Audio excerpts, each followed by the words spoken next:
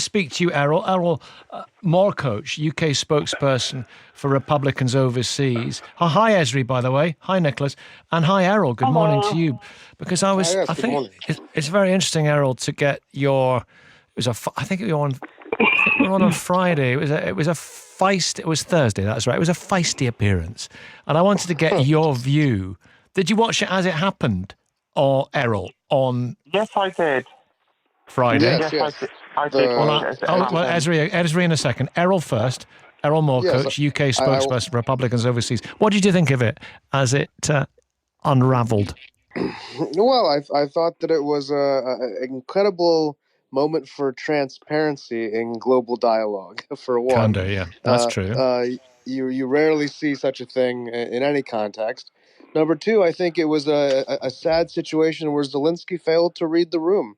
He came in and he didn't play his cards right, and he was He's not perhaps playing cards. unprepared. He's defending his nation, which has been under Yeah, defending his bombardment. nation, but he's defending his nation that has sadly been conquered. 20% of it has been conquered by a brutal aggressor, and so he has to deal with that reality. And the reality is that peace is something that Donald Trump and the Americans who elected Donald Trump are seeking. So if he's going to work with us, he's going to need to make peace.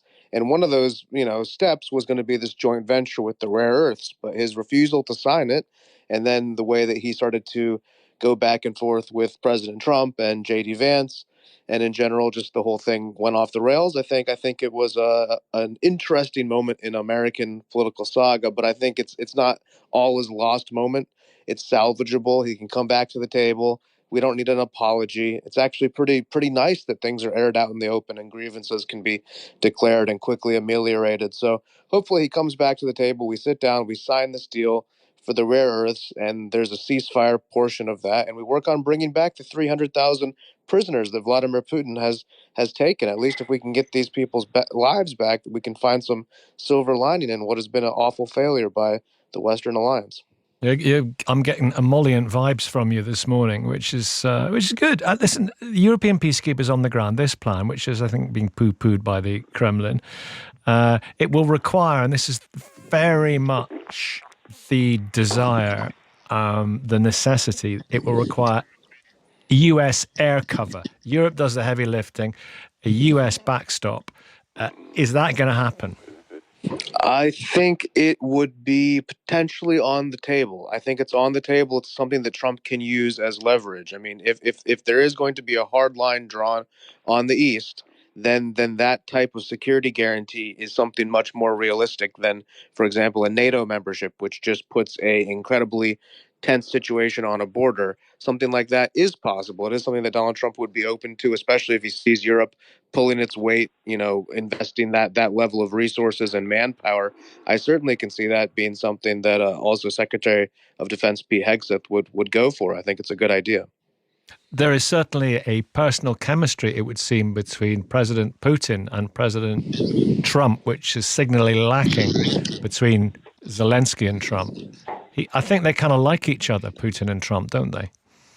I think that they have a candid respect for each other. I would caution anybody from wishing these two leaders to not like each other a little bit. I think when we look for rapprochement, when we look for détente, when we look for a peaceful future, we need to have people who can get along in a room. So I think Donald Trump respects Vladimir Putin in the same way that Truman respected Stalin. When you think of the vastness of the Russian Empire and the brutality required to command it for such a long period of time. Donald Trump looks at that, and while he doesn't, cheer and condone the brutality of Vladimir Putin, he respects it. And I think Vladimir Putin is somebody who also respects Donald Trump in a sense of how he's navigated the American version of how to take power in a country. So I think two men who have some respect for each other can sit down and bring an end to young men dying who don't know each other's names for old men who do know each other's names, which has been the tragic case of so many wars in Europe. So if it That's takes a an avant-garde strategy, then let it be. that's a powerful phrase. Esri, come in here. What did you make of it? What did you make of what Errol has said? Errol Morkoç, UK spokesperson for Okay. Republicans overseas. So I think we need to deal with the white elephant in the room. And this needs to be hammered home. Both during Trump's first term and during the campaigning that he did, he has said that he wants the United States out of NATO and he wants to bring US troops home. As for what happened in the Oval Office, it was an ambush. It was absolutely disgusting. You know, Trump still keeps on talking about this $350 billion, even though Macron and Keir Starmer both have debunked that in front of the international community. And this was tantamount to basically a strong arm argument that was pushed against Zelenskyy. And all I can see right now is that this is just reinforcement of the fact that that it's a protection racket, and it's got Protection to be called racket. out for, and it's got to be called out for what it is, because both Macron and Keir Starmer both have said that the aggressor pays the reparations. There shouldn't be a carve-up of Ukraine by Russia and the United States administration to take and seize control of Ukraine's wealth and effectively destroy Ukraine, because it is at that point what we would classically call a case of ethnic cleansing against the Ukrainian people. And this needs to be called out for what it is. Again, Trump has said during his first term and during his campaigning that he wants the United States out of NATO. So the question now needs to be asked, does the American administration want out of NATO? And if so, can they give us a timeline? And when are we Europeans going to stop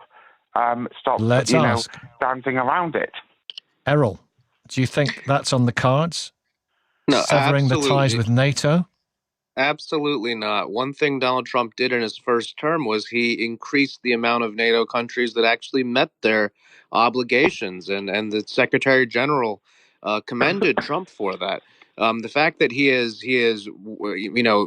bothered to challenge the European elites in the realm of their contribution to NATO, frankly, they weren't pulling their weight, and Donald Trump wants people to pull their weight, and so that's his status. But the idea that we're going to break down NATO, no, that's not going to happen. Well, can I just ask you in that case, why has Trump on multiple times across both his first term and during his campaign said that he will that he has promised to leave NATO, and he has threatened to leave NATO?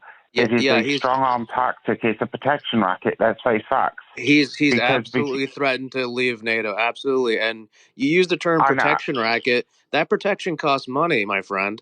And that money is the U.S. taxpayers' money. So at some point, we are not an indispensable nation. You guys need to pull your own weight over there. Head on.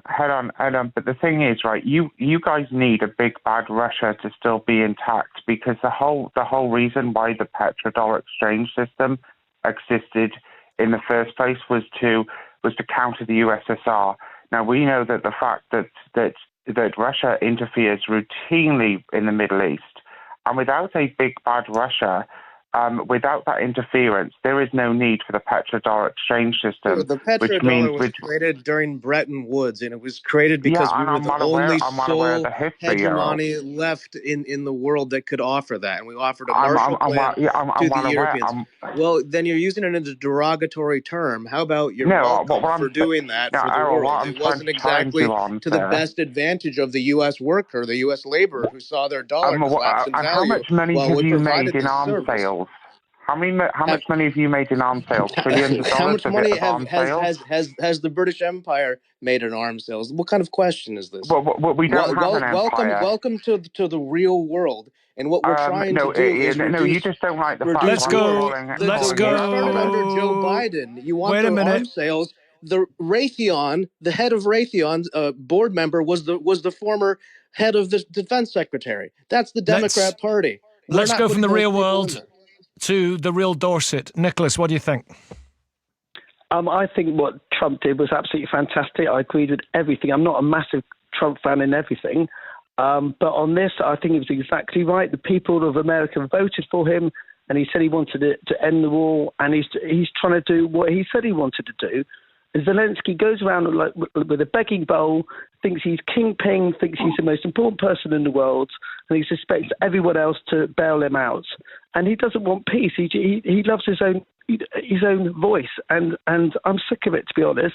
And there's Starmer bow-towing and say, oh yeah, he's going to give billions of pounds to him. Yeah, he doesn't care about the pensioners here, doesn't care about the poor, doesn't care about anyone but his own image. And I thought Trump was absolutely fantastic, and I thought it was brilliant. Honestly, I thought it was the best thing I've ever seen in politics in my life. So yeah, I agreed with everything. Made you silent. Well, I'm waiting for Nathaniel. Come in here. Nathaniel in Birmingham. I think you actually agree with what you just heard. Am I right in saying that? Yeah, except that I don't think Trump is fantastic, but I think giving Zelenskyy a dressing down was the best thing ever. One thing about Trump, okay, he's not really a politician; he's a businessman, and therefore he wants peace. And this is the first time in 3 years that we've had a sniff of peace in this war, and for that reason, not that I'm supporting Trump, but it's the best way forward. Zelenskyy, as far as I'm concerned, is a gangster, and if you look at the Pandora Papers, it says it all there, look at they've been largely discredited and answered. But listen, moving on from the Pandora Papers. Writing open checkbook on behalf of the UK, and as the former... What do you think of Putin? This is a conspiracy theory, the Pandora Papers. Yeah, it's been... Putin. What do you think of Putin, Nathaniel? What do you think of him? Putin, I don't like Putin, but Putin was prodded and prodded and prodded. I mean, imagine if your country, Nicky, Scotland, would have got the independence vote a couple of years ago, and then they made some sort of military pact with Russia. Would we be happy? I mean, look at what happened in the Cuban crisis. No. I mean, they're part of the. Who's the invader here? Who's the aggressor here? What about the 1997 Peace and Cooperation Treaty that allowed He was protecting his country, having been prodded and prodded and prodded. Wait a minute, Erol just said what happened. Wait, what happens? Everybody. Erol, you just said what happens when the aggressor wins. Yeah, what happens when the aggressor wins in his under what he's trying to achieve? The $20 trillion of resources, right? He lost 500,000 soldiers. That's $40 million per soldier. That's how much 20 trillion is. Like, I mean, he's won what he wants, so he has his leverage. Erol, what would, just moving on to the next part of the discussion, because I think there's an appetite for this one as well coming from people. What would, 20-second answer, how would Donald Trump react, and what would be the implications of the state visit being cancelled? Of the state, in what context? Is it the state visit coming over here? Some people, the SNP, some backbench Tories are saying, rescind the invitation for the visit to Windsor. Oh, okay. Well, that's not going to happen. But if they choose to do that, I think it would be disappointing. Donald Trump is looking forward to that. Oh, right. So you definitely would let him down. At the very least. Yes. Damn it! I was looking forward to that. Oh well, never mind. Thank you. All very interesting. It's interesting hearing the views of everybody. 08085 909 693 85058. Should they knock it on the head? That state visit? BBC Radio 5 Live. Nicky Campbell. The voice of the UK.